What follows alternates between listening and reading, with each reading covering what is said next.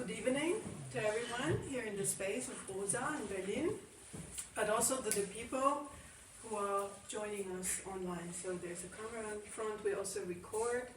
So if you have the feeling afterwards you want to revisit, you find everything on the website of panke.gallery.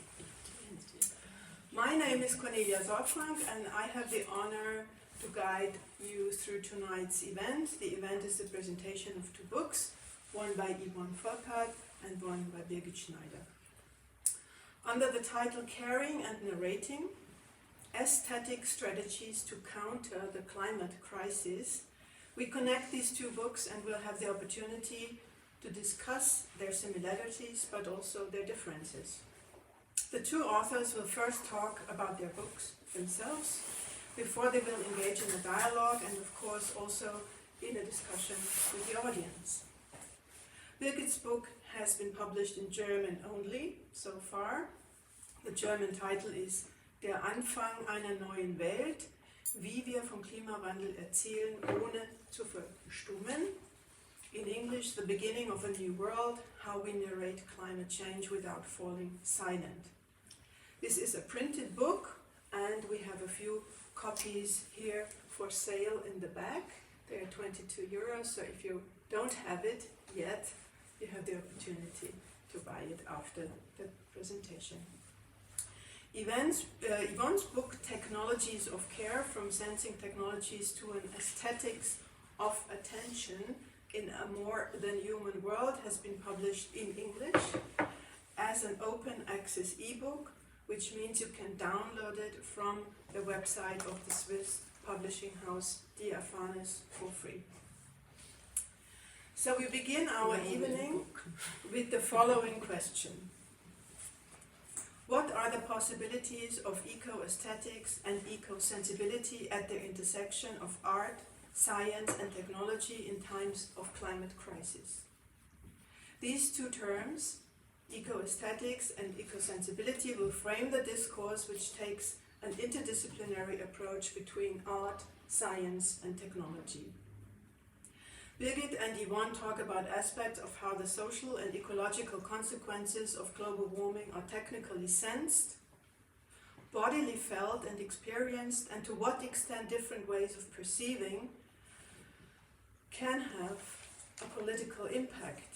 And they will show how different perspectives can open up new narratives about the ecological crisis and new entry points for care and action. So, as I said, we'll start with short presentations of each of the two books, and I'd like Birgit to start, and before you start, I introduce you briefly. Birgit Schneider is a scholar of media culture and visual studies with a strong interest in environmental humanities. She's professor of knowledge cultures and media environments at the University of Potsdam Institute of Arts and Media. Her research focuses on technical and scientific images, with an emphasis on questions of media aesthetics and archaeology, technique, ecology, maps, diagrams, and textiles from the 17th century to the present. A major focus of her research is the visual communication of climate since 1800 and the genealogy of the visualization of climate change between science, aesthetics and politics. Her monographs on the subject were published in 2018. The book Klimabilder, eine Genealogie der Bildpolitiken von Klima und Klimawandel. I think you have one copy here, if you can show it. An earlier book of Birgit on the subject is the edited volume Image Politics of Climate Change from 2014. And of course, the most recent one we are going to talk about tonight, The Beginning of a New World, How We Narrate Climate Change Without Falling Silent. Please, Birgit. Yeah. Okay, so when we planned this evening, we were thinking that it's interesting maybe to tell why actually we wrote these books. And we wrote very different books apart from the language issue. So after writing my book on climate imagery in 2018, which has a lot of footnotes and is very scientific books in the humanities, in which I actually summarized my research from more than 8 years about how climate change is visualized in the sciences.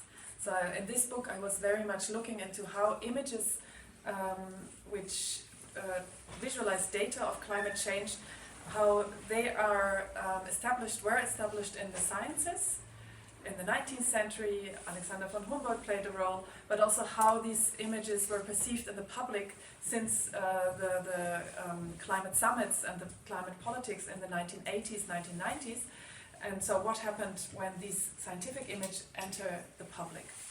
In the book, which I published in early 2023 and which I'm presenting today, I tried to summarize a lot more ideas, and I wanted to write another more accessible book for anyone who is concerned about the topic, for a German-speaking audience living here in Europe. So this is really important. So it's a very different style. I use the word, I have the author's position of I, and I tell a lot about anecdotes and experiences I have made during a lot of events, because I'm very, after this book of 2018, I was invited to a lot of events in different contexts, political contexts, campaigning, but also contexts like the Urania in Berlin, arts and theater projects and things like this.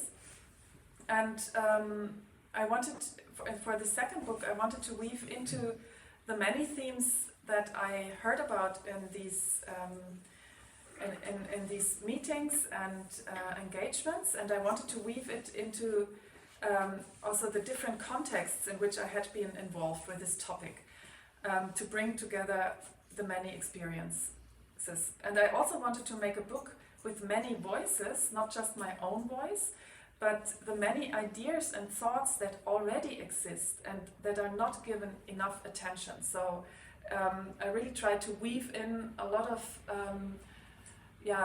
people and their ideas, artists, also cultural ideas, how to think about the topic differently, which in particular in Germany I do not hear a lot about.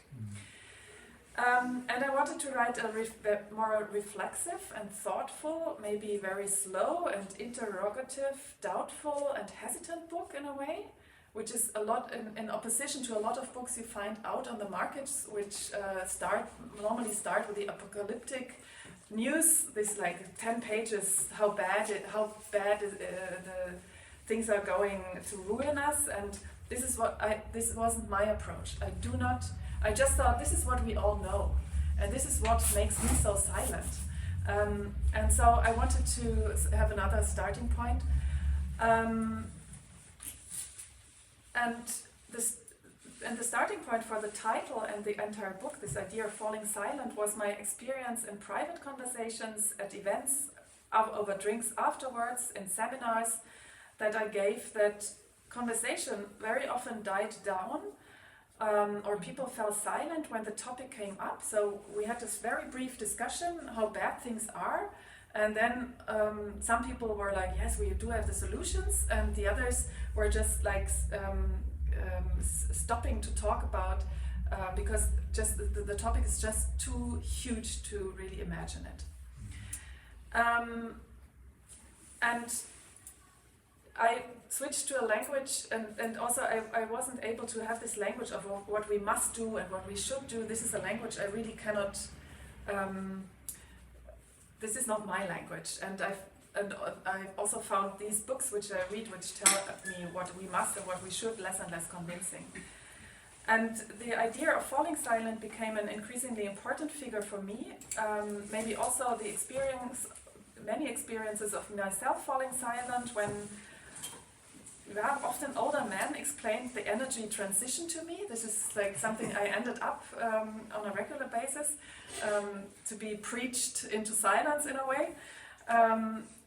But also the question, who is heard, who is allowed to speak, and what is told and what isn't, and also the role of emotions in falling silent. Another starting point of the book was the change that happened since 2018, and I think if you lived in Europe or Northern Europe and Germany in this time, you will know what happened. So the climate protests began on the one side, but also this was the year that for the first time climate change became really noticeable. We had a drought and a heat wave in Germany, and it was like very obvious actually for people who were paying attention to this subject. Global warming had now also become noticeable in temperate latitudes. It was no longer distant and abstract, but the slow violence, as Robert Nixon called global warming, was now beginning to creep more and more clearly into everyday life in Germany.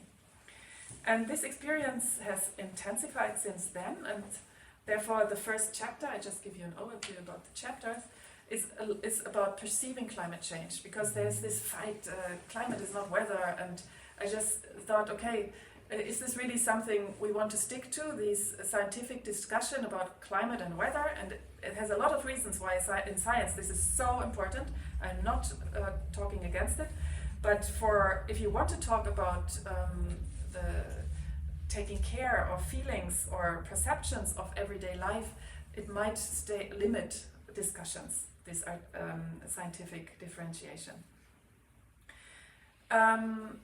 And yes, the flood in the Ahr Valley in 2021 was an event that made it clear to everyone that the victims of climate change were not just people from far away, often with a colonial history in the global south, who fitted so well in our people in the temperate zones, idea of passive, helpless victims in the so-called underdeveloped countries.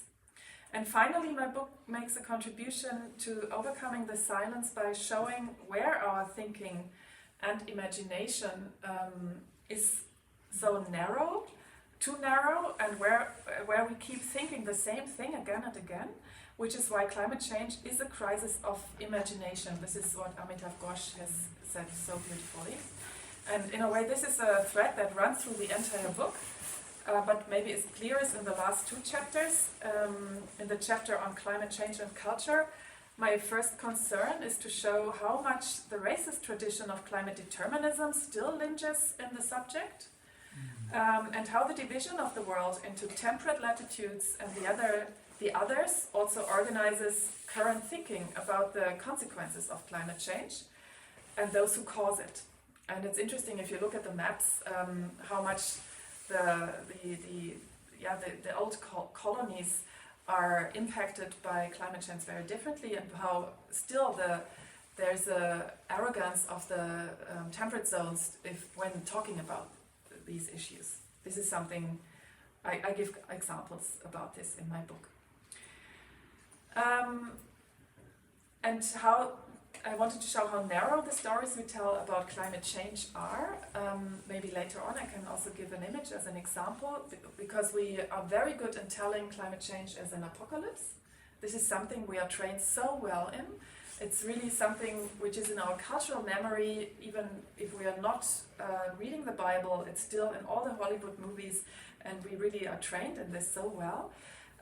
Or the techno fix, this is another very common way to think about climate change.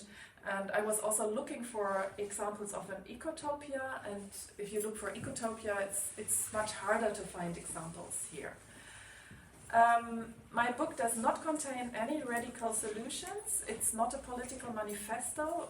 It's very different from the books How to Blow Up a Pipeline by Andreas Malm, you may know it, or David Wallace Wells or Jonathan Franson's books which, when I read the text of these authors, I think I can also see a certain pride flashing through all the convincing descriptions and arguments, because these authors proclaim themselves not to be cowards, but heroic and strong enough to look into the future destruction with open eyes. In other words, to have the courage to think about the consequences and reveal them to their fellow human beings. And this is something I'm much more hesitant about this, because I see all the emotional problems. Maybe not everybody is that heroic. And therefore, and then I will end. I wanted to give space to the doubts, to the many dissonances that pervade the topic, and also the feelings that it triggers in us, And I wanted to stimulate the imagination using numerous examples from art and culture to do just that. And so I thread in a lot of people who have written things I think are very helpful to think about climate change, but also theater pieces, music, arts.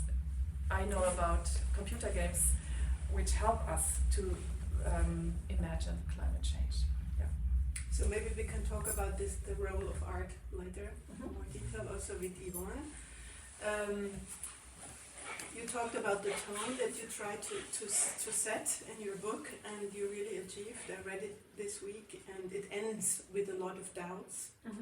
I could really appreciate it, that it didn't end with imperatives.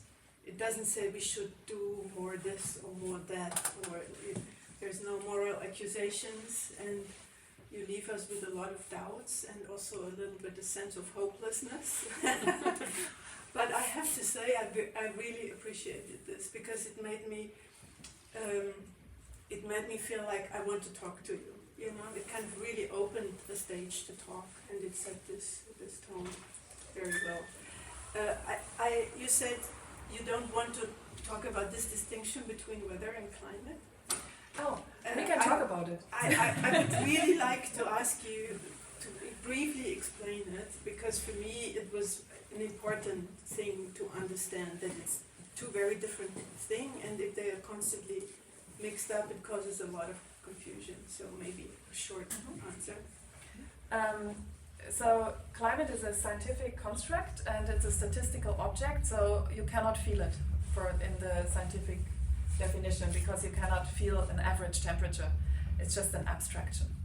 And this is true for climate zones, etc., for all the issues which are related to climate change. They are averages of 30 years, and so there's no way to perceive it. There's no way for me as a human to be in the place of a 1.5 degree world. And weather, yes, this is what we experience outside, the here and now, the bodily experiences. This is like, I think everybody knows about this distinction. But the thing is, when talking about climate change, this often becomes a figure also to silence people again, because then you can say, and it's really complicated because it goes in both ways. So climate deniers might say, we have a really cold winter now, so what are you talking about? And I have these examples in my book when a senator in the US brings into the House of Senate, he brings this ice snowball, and to show like, look at you're just telling me that climate change is true, but it's not true. What is this? You can really, this is a testimony, this is a witness for it's not happening, yeah. But on the other side, I also found this example of people from island countries which are sinking right now. Well, they're not sinking. Of course, the ocean is rising. Who say we can see it with our own eyes, and it's a very political question to decide who's allowed to pay witness and who isn't. And I think this is like, I know it's always good to have like one position and to decide about this, but I think it's important if we want to go on to talk about climate change, and this is something we have to do, we have to acknowledge that even though we have the risk with the climate deniers, who make the wrong arguments out of the weather, that it's important to talk about how we experience climate change on a weather basis. Yeah, and on an everyday basis, even though it's not scientifically correct, and we should, of course, say, I'm feeling the impacts of climate change. This would be the easy sentence to, yeah. Okay, so I would like to move on to Yvonne Volkart. She's not just a long-standing friend and collaborator of mine. We know each other for something like 25, 30 years. But she's also head of research and lecturer of art theory and cultural media studies at the Institute Art, Gender, Nature at the Basel Academy of Art and Design, FHNW. There she directs the research project Plants Intelligence, Learning Like a Plant, currently, And in the past, she led the research project Eco-Data, Eco-Media, Ecoaesthetics that led to the current publication, Technologies of Care. In collaboration with Sabine Himmelsbach and Karin Uhlenschläger, she curated the exhibition and the book projects Eco-Visionaries, Art, Architecture and New Media After the Anthropocene, and Eco-Media, Ecological Strategies in Today's Art. Her concerns lie in the modes how aesthetic theory and practice, ecology, technology, science and decolonial feminism come together to bring us in relation to the world. And if I may say, make a personal remark, I think you did your first exhibition, Eco-Media, around 2010 in Oldenburg. 27, even yes. Earlier. And back then I thought, what is this? Because it happened in the context of media art, which is all about communication technologies, and it didn't care so much about nature in the early days of the internet art. And she was really the first one, together with Sabine, who did this exhibition, which now seems to be a really pioneering work, but back then I don't know how it was perceived, but I thought, this is so weird, what are they doing there? Okay, so Yvonne, please, if you want to introduce us to your book. Thank you, Cornelia, very much for this very kind introduction. For me, to start, I really love art, and I love art that is eco art, and that is really my starting point of this book, that I wanted to write about art, and what I really like is to go very much in depth and have very close readings of art and how it is made. I always like to ask this question, why is it made the way it is made? So this, in a certain sense, I also say this is about aesthetics and about aesthetic strategies and how they can affect us. So, and this is the only thing that art can do.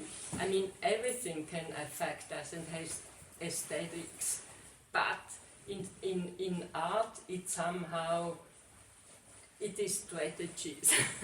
They can work or not. And this is what interests me and what I like to discuss. And I also like to discuss subtexts, stuff which is maybe not intended or so. So this is how the book, what the core of the book is. And I found so interesting that you had this Amitav Ghosh quotation before about this crisis of culture, because I think that's exactly also one of my starting points in a certain sense, that I find we need now to build with the means we have, we can invest, we have to build another system. So it's definitely about the system change issue, and I think that coming with developing technologies of care, what I call technologies of care, this is something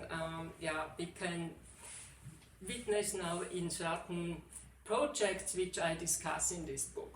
I will come later to that in the discussion and maybe also introduce some of this stuff, but for the moment I want to say more general things. The point of the departure of technologies of care is, as you already said, the research project Eco-Data, Eco-Media Aesthetics, and in which our team conducted a research. We used the example of a 10-year-old pine forest in southern Switzerland, yes, thank you, that has been severely damaged by climate heating and also before of industry. We explored the interplay between art and natural science, asking how art can use digital technologies and data to raise sensibility to ecological relationships in a modern human world, and what distinguishes them from other techniques of observing and accessing nature. The relevant questions were how and by what means can art bear witness to anthropogenically produced ecocide? What role do technologies and scientific data, reports and methods play?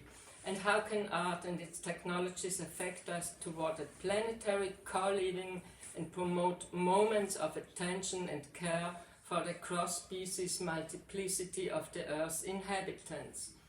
Central to the overall project was the collaboration with the Swiss Federal Institute for Forest, Snow and Landscape Research, WSL, and their experiment with the Pfienwald, an alpine outdoor laboratory where research on the effect of climate heating on the forest is conducted. So, for example, this forest, there is already for 50% of this forest is already dead, and that's also something you describe for forest here in Germany, that if you want to, you can see it. But we don't know how to read the signs of a dead forest. That's already one of the problems we have.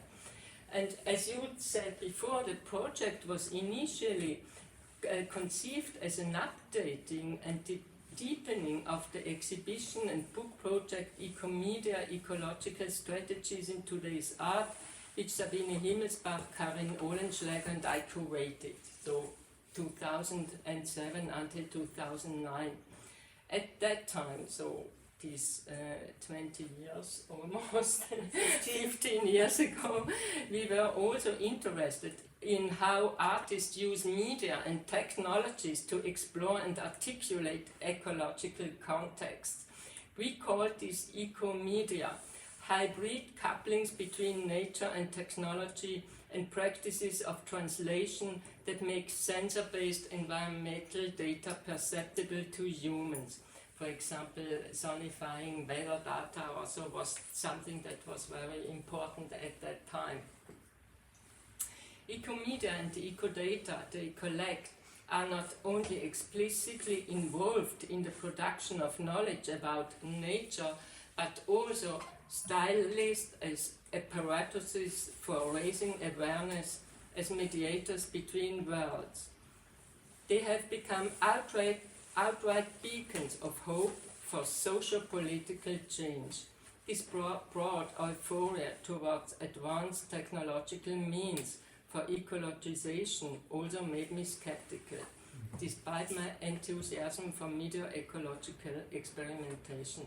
In the meantime, I do not write about AI in that book, but I think in the meantime it even went into this direction, that now we have always AI as the new promise to solve some ecological problems, and that although sometimes art is not immune against this reasoning. What good are the technical means if they do not correlate with the practice of mindfulness and care? That was really important for me, and how to get into such a practice. That the mechanic logic and capitalist infrastructure of ecomedia can quickly overcode good intention, dispel immersion in and relation with the forces of nature, and subsume these into its own machinic logic is undeniable, but readily suppressed in light of the manifold hopes invested in its possibilities. At the same time, media-induced disruptions, lapses and dispersions are interesting from an aesthetic perspective. After all, they show that nature can only ever be perceived and mediated by means of certain technologies, eyes, ears, sensors, algorithms, drawings, photography, etc., etc. And nature is always nature culture, and a media aesthetic perception creates alienations and surpluses that are effective.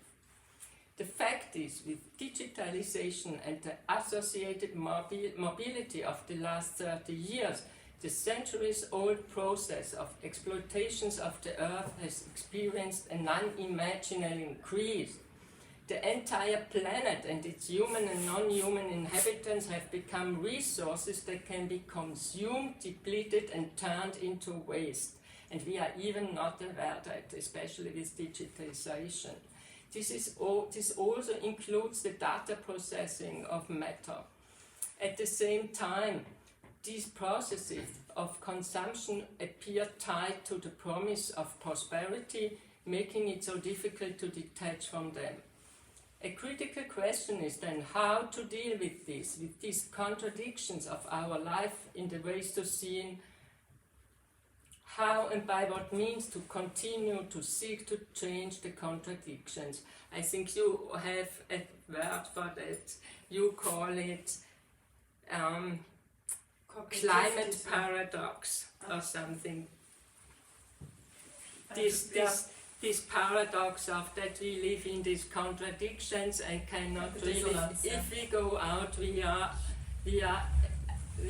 leaving the society, and if we are in, it's always this danger that things are not reflected enough, and that we become the mediators of this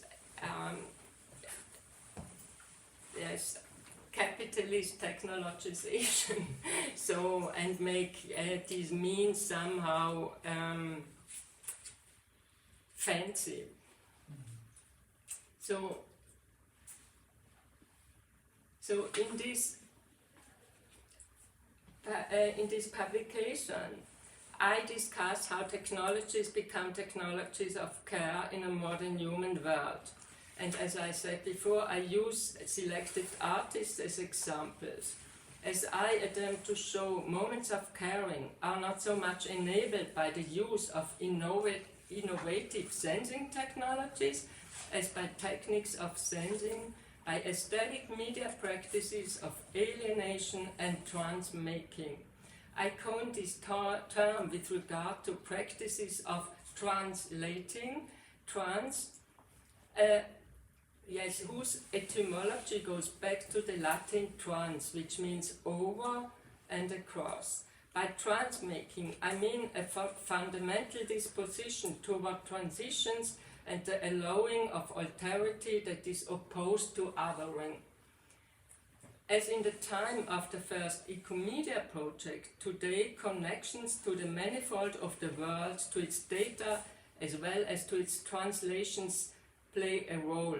But more than the intensities, the surpluses and the shared ecologies that occur through media aesthetic transpositions come into view, as do queer feminist decolonial concerns. I have called these strategies techno-ecofeminist, which was also an important discussion we had before this project here started. That was, yes. So,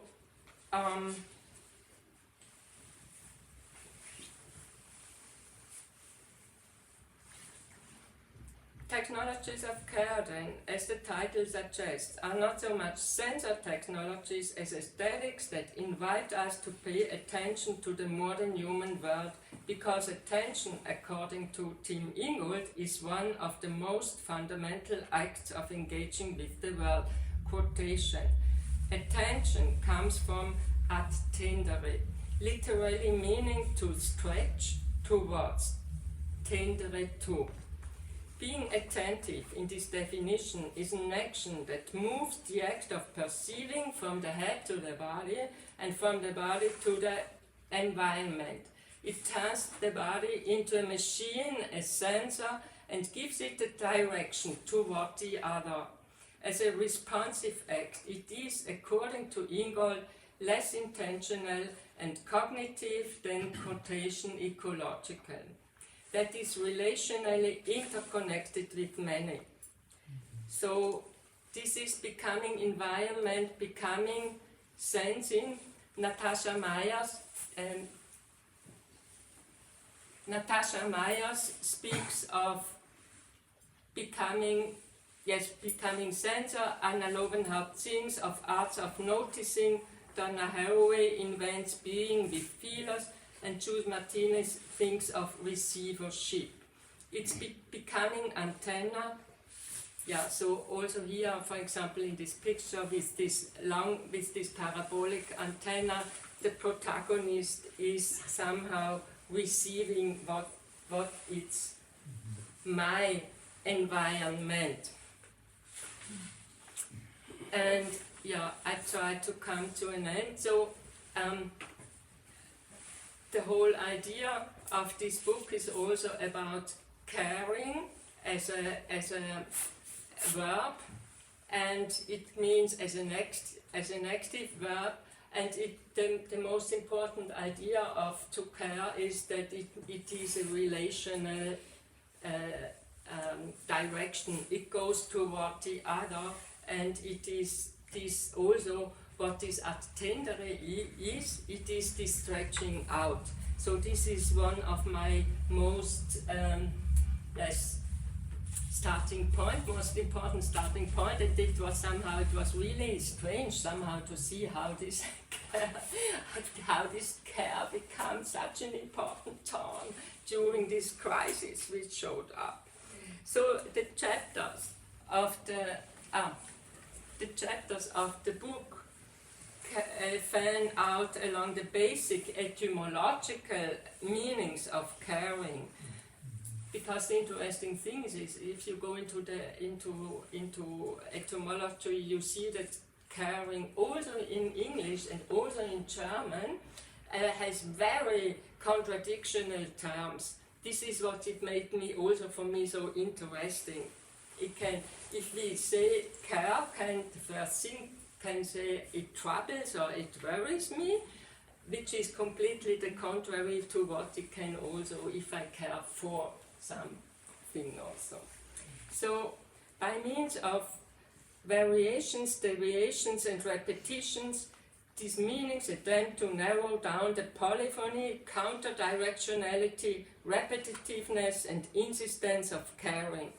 The introduction, being troubled, names the starting point. We are troubled, and we ask how to survive, how to intervene in the permanent wasting of the world. So, being concerned, sensing a damaged forest, uses the example of this forest research, which I was mentioning before, and also the research of my team, and also some other works which are dealing with, or which are establishing relations with trees in very strange ways. So, then I have then it's the chapter paying attention from the laboratory to living. There it discusses how the artistic fascination with the laboratory and its instrumental techno-aesthetics transforms into experiments in cross-species responding. So, for example, you are, Ursula, one of the examples which was really also very crucial for me when I realized this. That is why, and then caring is also going along with others, as in joining and accompanying. This is one of the definitions that also Team Ingold gives. So it's going along. That is why the chapter Going Along Waste Machines enunciates, I am there, part of the wasting of the world, part of the grief and anger about it. It's witnessing. There it's about these lithium-ion batteries and how they are made. And then is the chapter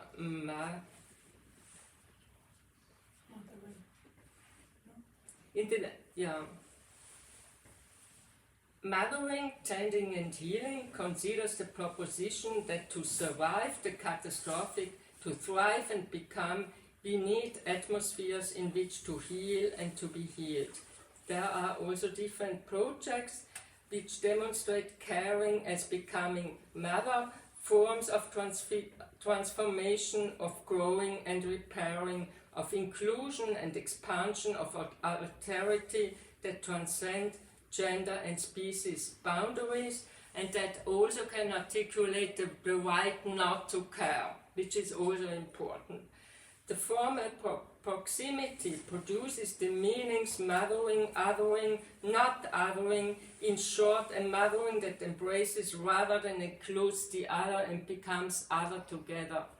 Mothering is the condition for environmental becoming to be a planetary mode of existence and not another possibility in the set of privileged subject position.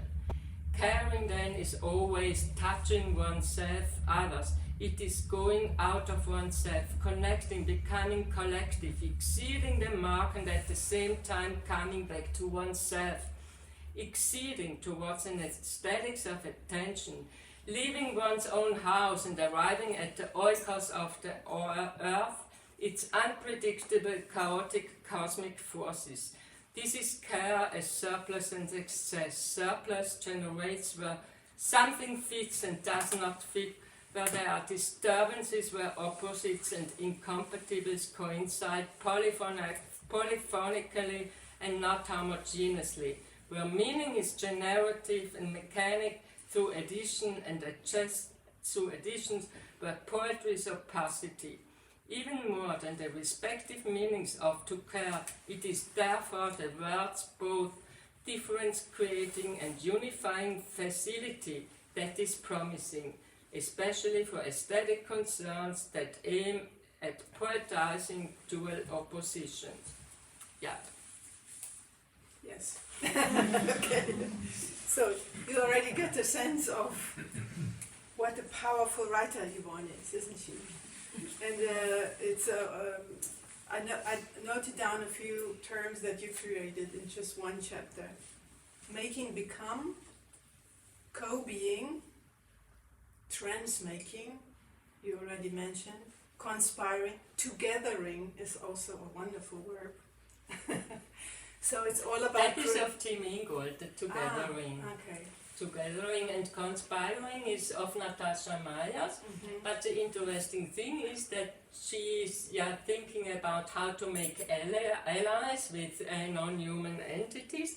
And what for me is interesting with the conspiring, and it's also stemming from the project that Rasa Smith did in our project, it is the breathing together. That conspirare means in Latin breathing together. So I find it such a nice, very nice term that conspire has this, it's a figurative meaning, which is more important to us than where the word comes from.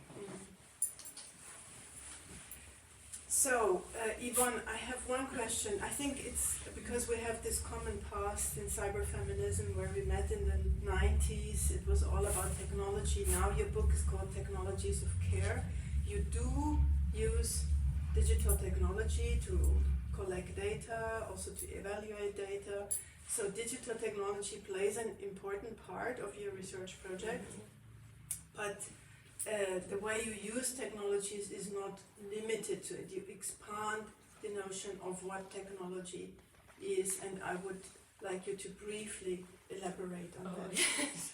That's really, that's the crucial question, because in this title there is certainly the meaning that Michel Foucault gave about technologies, that it is a mean of producing bodies, and even more than Foucault, it is Teresa de la Recis who had a very similar title, Technologies of Gender, because she was showing already very early in the 80s that gender and sex is technologically produced, be it by discursive apparatuses or performative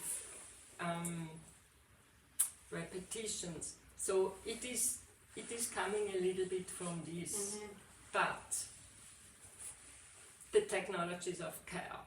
But it's also very directly technology or technique, because this is the subtitle. It's from sensing technologies, which is really sensors and other devices, but sensor sensor technologies are everywhere nowadays. It's almost always about sensors nowadays, so therefore I use this. And it's also because you gave once a very nice workshop, which was also very important for me, about sensor technology, and you called it in German Spürtechnologie, which led you to this importance of feeling, which you have, I guess, a little bit, which you have in your book. So yeah, so I use these sensor technologies very directly, and went then to the aesthetic strategies. This is all in the word technology. So I think it's now time that we connect you two a little bit more. And what I read from your book, Birgit, is you're looking for new narratives.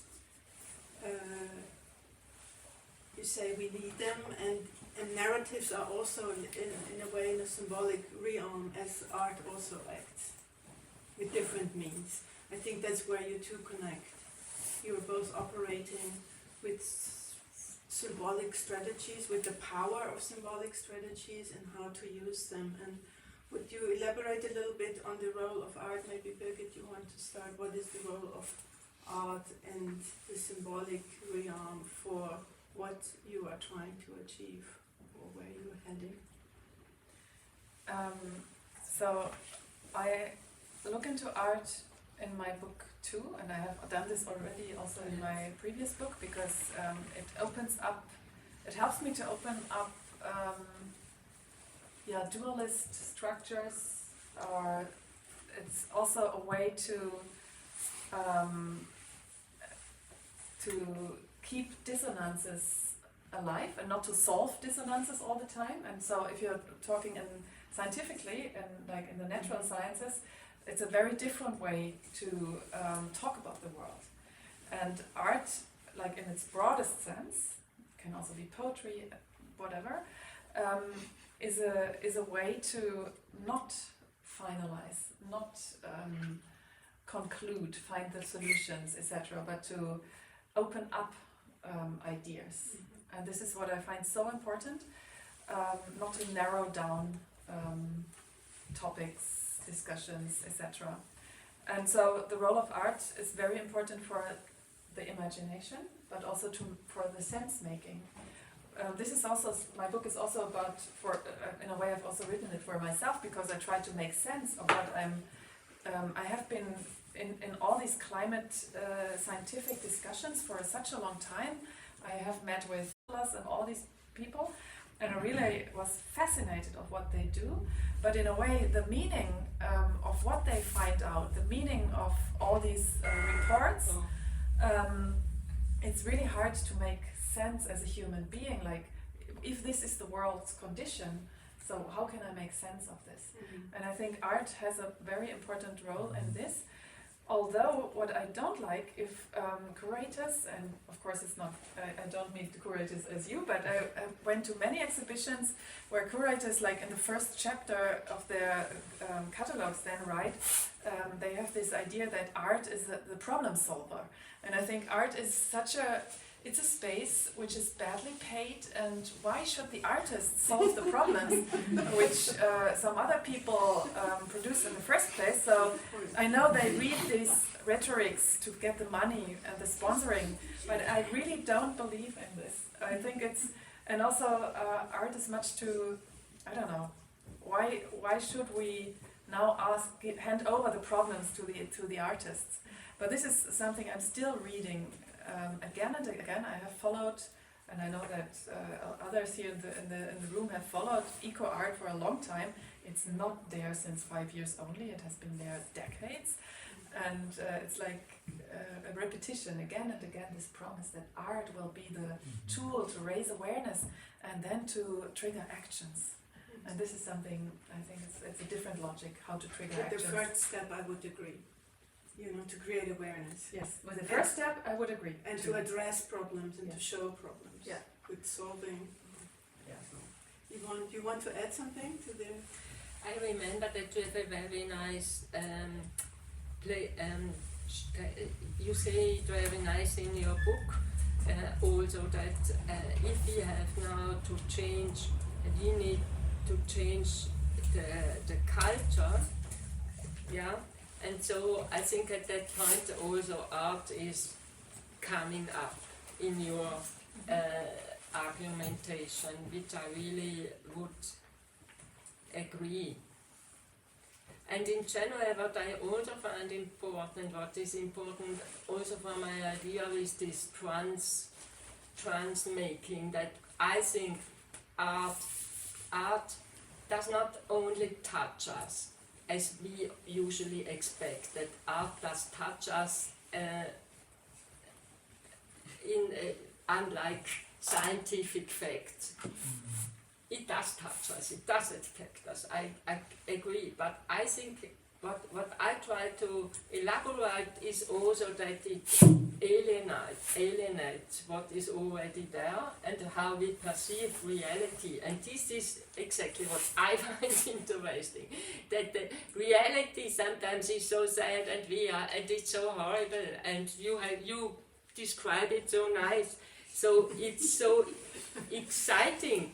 If in art we do not have to experience exactly the same, what we do not want to talk about because it's so, not funny enough. So, but if it is somehow translated into something that we do not know, that is uncanny or witty or whatever, we can somehow, we can somehow stand it and can confront us with this, and it also shows us this deep foreignness that the world has, because we don't understand it. And I also, I screened here this, it's only an image of the VR work of Barbara Smith. She does this with this forest, which I was talking before about.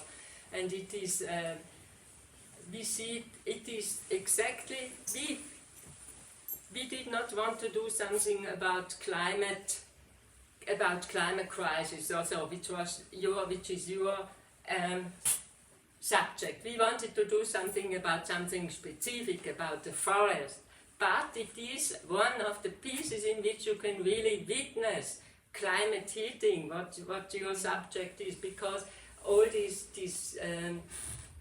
sparks which we see, these are VOCs and volatile organic compounds, and these two forests, every plant emits them, some more, others less, but what they could see there, especially in this research they did at the WSL, is that now in climate heating, when it's becoming so much drought and so hot, the forests are emitting them much more. And so you enter with this VR headset and you love it to be in this forest. And this is somehow, this is the strength, this is the alienation that art can make, that you enjoy something that is sad.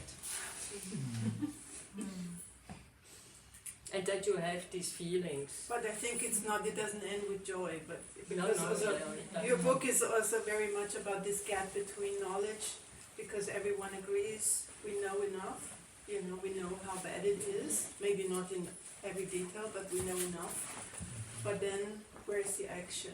There's a lack, there's a gap between these two, and it has to do, of course, very much with this feeling it creates, which are unpleasant and make us feel helpless. That's why we rather stay away, because even if we change our everyday life, it's almost just a little, a band-aid. We know we won't change the climate disaster with that.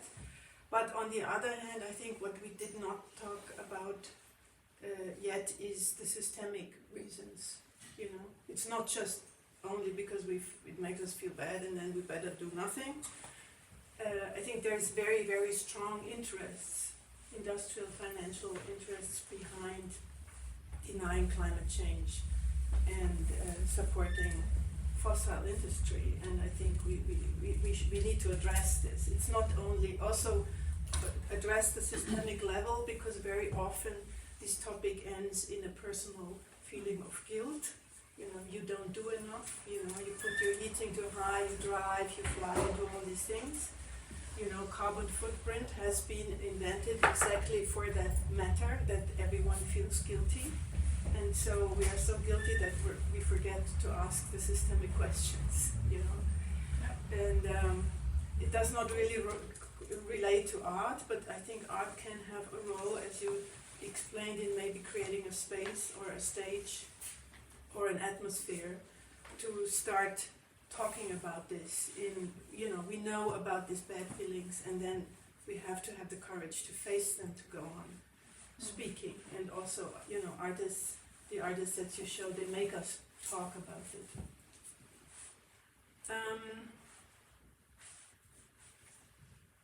I don't know. But maybe that's the point. I think that you in your book, I think you expand very much on this.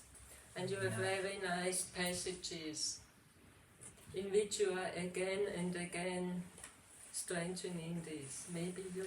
You mean like the feelings and individualization, the dissonance? Sorry, I'm the cognitive dissonance. Also, I'm writing a lot about and really criticizing this idea of individualizing strategies of consumerism and also very Christian ideas of guilt, which feed into this topic and which is not about solidarity and allyship, but it's about being alone. Mm-hmm. And also climate guilt. I think it's really crazy, and it's really so. But it helps to shut us up. Yes, right? this is also it's a mode of again. Who says which feelings are the right ones actually to react on climate change and ecological crisis? And I think guilt is one which doesn't help. And this is why I have a whole chapter about feelings, because I realized that I'm not a psychologist, but I read a lot of the psychologists for future, who in Germany are very strong. Mm-hmm. And I also read into their workshops and papers and how they help the activists who have a lot of climate grief actually. And I found it very interesting to see which feelings block action, and also to see that anger is very on a regular basis blocked away, although anger is a really good feeling. Like every feeling which overflows you is too much. This is true to every feeling. But anger is very important because it's about justice. And if you want to think about injustice and justice, anger is like what guides you. And I think this is very important for also the protest movement. Which are the feelings that actually make you active? And I also read a lot about how, this also really convinces me that if you have the power and the space to think through these issues, I think not everybody has the space and the power to do this. Maybe there are other things in your life, and you're limited. But if you want to do this and have the power, it's really about going through all the feelings which come together with the ecological crisis in order to then stay healthy and active. Because if it's only the climate grief, that this is something which might not help you to be active and protest, for example, or be solidary with other people and to connect. Yeah. And this was something which was very important to me, although I never expected me writing a chapter like this. But I think so we learned something about feelings. No, I think it's really it's at the heart of the topic, and I was really more thinking we do not talk about it enough because it's not a scientific, rational subject. Mm-hmm. So this is one side.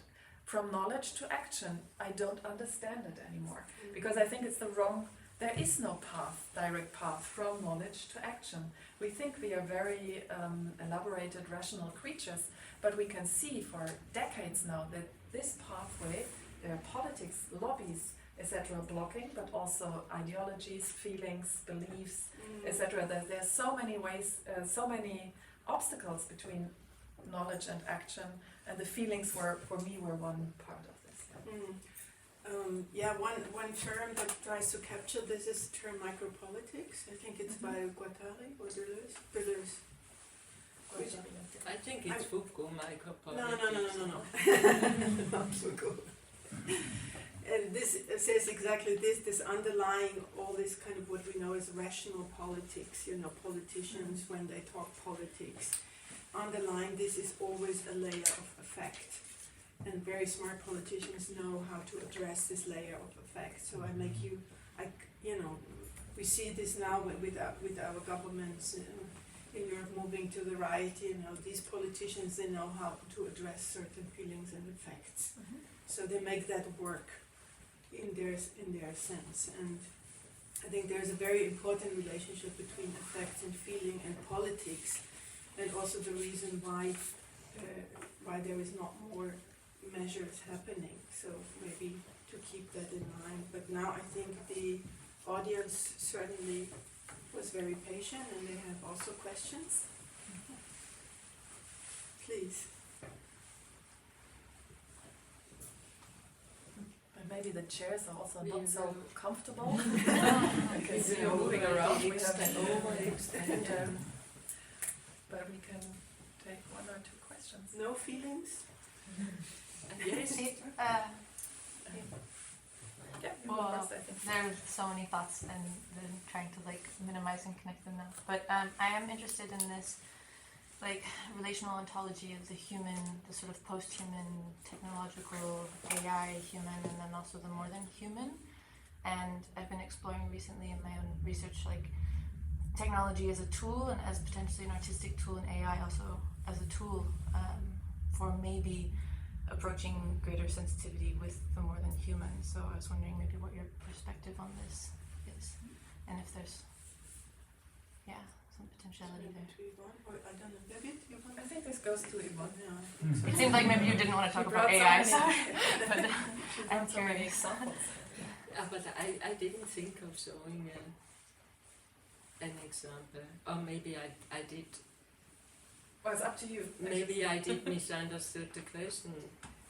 You ask it's how this- I depict these tools, no? Yeah, well, there's this question of technology being used also maybe to enhance the potentiality of artworks to create sensitivity and especially with the visual. But also I'm more working in the sonic arts, and of course there's a lot about the advancement of technology that's supporting the capacity to create certain artworks. So I'm just wondering with AI if there is potential there, or if it is more isolating, or I don't know. I'm just curious what you think. Should I ask a clarifying question, perhaps? Yeah, for sure. Because I was thinking, it seems to me different to AI, because AI is narrowing down information to a certain With data, outcome yeah. in a large possibility space. However, if you have a sensor, of course a sensor is specified or towards a certain physical thing, but you have then a bunch of data which is not yet narrowed down so much. So these are two different questions, Yeah. I would say. Maybe Yeah, not. okay. Maybe not, because just yesterday I was on a panel about AI and the arts, and there I showed an AI project of Alexandra Daisy Ginsberg. It's very new, in which is about birds, which are and two neural networks in which machine and bird songs are trained towards each other, and it becomes more and more machinic somehow, but not machinic, but maybe more string and louder. And it's really horrible somehow to experience it when you hear this. And the idea is about first the neural network had to discover if the bird song was real or artificial, but as they train each other, it is coming together, as it is always with this way of trainings. So so in this piece you can make a good experience, and I think we have discussed this too. That in AI, more than with other technologies, you have to think, is the resource somehow adequate? does the effect, the effect which is aesthetically generated, does it make sense that you use AI to do it as an artist or not? Because, as you say, unlike other technologies, not totally unlike, because also other technologies and also materials have always erased history. But with AI, it's crazy. It's always billions of data behind. So I think this is what we have to imagine. This is exactly what you are also saying, that we need to imagine this. Exactly this we need to imagine, not only adopt it because it's a cool tool. No, what tool is it? And then think about it. I think that you have so nice passages in your book in which you write about political awareness in a collective sense and not bear everything as an individual, but you also write, nevertheless, you have to make individual decisions. And this, for example, is an example. I would say this project of Alexandra Daisy Ginsburg, it's worth that she does it. Others are not. From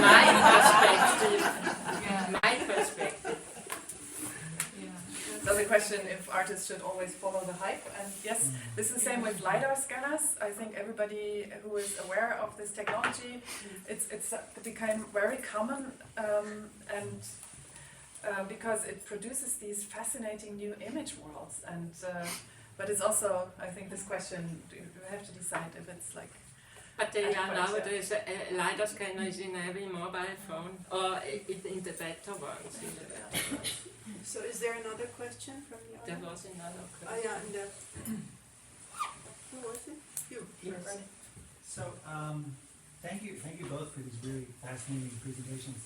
So you both talked a little bit about how there's something about the environment or something about the climate that can't be experienced directly, right? It might be encountered through models or sensors or artwork. And I'm a little curious about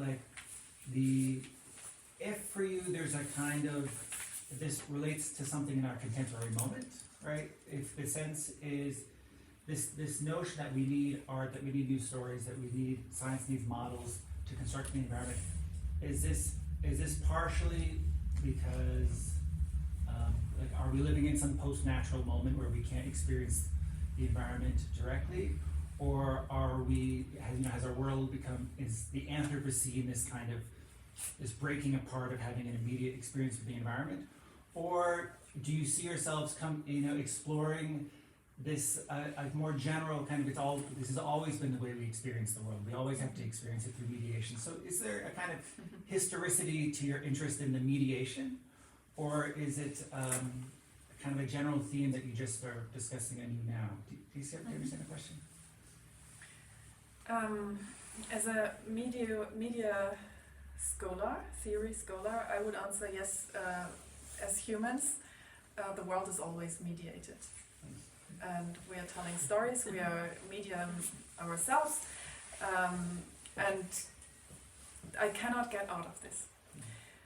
On the other hand, there is a history of how to perceive the world, and how also the whole topic of estrangement and Fremdung is of course also in question. So the history of people moving to cities, using more and more technology. So the question, how does this change the awareness, the phenomenology of being in the world, etc. And I'm skeptical about this, because I don't think that it's better for an industrialized society to go back to nature. I cannot believe in this. And on the other hand, we see that the technology is also a problem, because I think what Günther Anders says is that the technologies we produce, we have to find new technologies to solve the problems of the old technologies, and this is going on and going on and going on. And so there's a really strange logic in this. Yeah. I'm aware I didn't answer the whole question.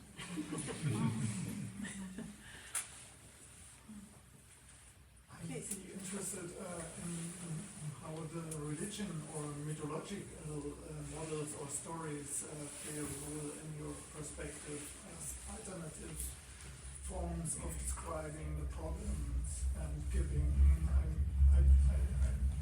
hints how to react. I mean, Gilgamesh as one first climber, warning, let's say, was one of the first, I think, stories about a problem which we experienced by our culture and destroying our own nature around us. So, I don't know how you see the religious or mythological storytelling in this context. I didn't pay attention to this explicitly, only in two regards. I looked into the notion of the apocalypse, which is shared by all Abrahamic religions, like Jewish, Christians, Islam. So we have a common ground here, although the biblical apocalypse is also very strong in its rhetorics and special. So this is something I looked into because I wanted to understand the apocalypse as a way of telling stories and as a propaganda tool, because this is where the apocalypse is rooted. It's about the early Christian churches who fought back the Romans, and so it's a propagandistic text because it's really like, it's about fear and then again, I don't know, release. It's really a movement which goes up and down and up and down. It's quite a stressful text. And I also looked into the encyclica of the Pope from 2015, I think it was. It's quite old already. So this is like a story the Catholic Church tells about creation. And it's really interesting to see that how climate change is framed in the, I only know it in the Protestant Church and the Catholic Church, and how to think about creation in a different way to make it a powerful way to tell a positive story, something that has to be cared about, yeah. And but this is, I didn't elaborate it any further. May I ask what the background of your question is? Yeah, I think art is the real outside of the science, let's say, and offers some alternatives to motivate people to find a new culture or organize society in a new way from an individual point of what we were talking about, like not with theory maybe, but also by personal individual experience, which leads them to maybe a new relationship, like caretaking, and which then leads to a system change maybe. But the religious way was, before the art got so strong, was the way to go to shape society as I see it, and react on intense questions like climate problems. And they found some solutions, or like saving the nature, or taking care of Mother Nature, or all these ideas, they appear there. And yeah, I thought it could be maybe helpful in our thinking about this, how we could deal with this without being totally repressed and maybe having another perspective. And I thought if you're all thinking so deeply about this, what I'm really appreciating and fascinated of, so this could be also an interesting. I think there is a big tendency now towards this mythological and also indigenous storytelling. I mean, I analyzed a video in which indigenous woman from Bolivia is talking about these salar, these places where these lithium resources are. So it is European artists who are using this, but nevertheless it gives another perspective. But it's not so much about religion. This is what brought me. I didn't really understand what you were focusing on, but it's more this. A lot of indigenous texts are now, and writers are now read from very different parts of the world, and of course also the activists, the climate activists of other countries, like the right to be cold, for example. What Cloutier is a woman who has done this for a long time, who are also fighting climate change, and they are also bringing in very different worldviews, of course. And this is also something we normally don't pay attention to. So maybe, I don't know if we are Maybe, yeah. And it's this a indigenous, down. yeah. Yeah. But to round it up, this indigenous knowledge basically, what it represents is a knowledge beyond scientific knowledge. Absolutely. That's Yeah. why we are going back to Yeah. this, because we kind of experience that Maybe scientific I knowledge think is not enough. what I think is that this creation of a ecosensible system, some of the stories do it, and we sometimes cannot imagine it. And AI, for example, goes totally at the moment into the other direction, because it pays extractivism and so on is all in it. So yeah, it's a different story. Okay, thanks a lot to Birgit and Yvonne and Phil.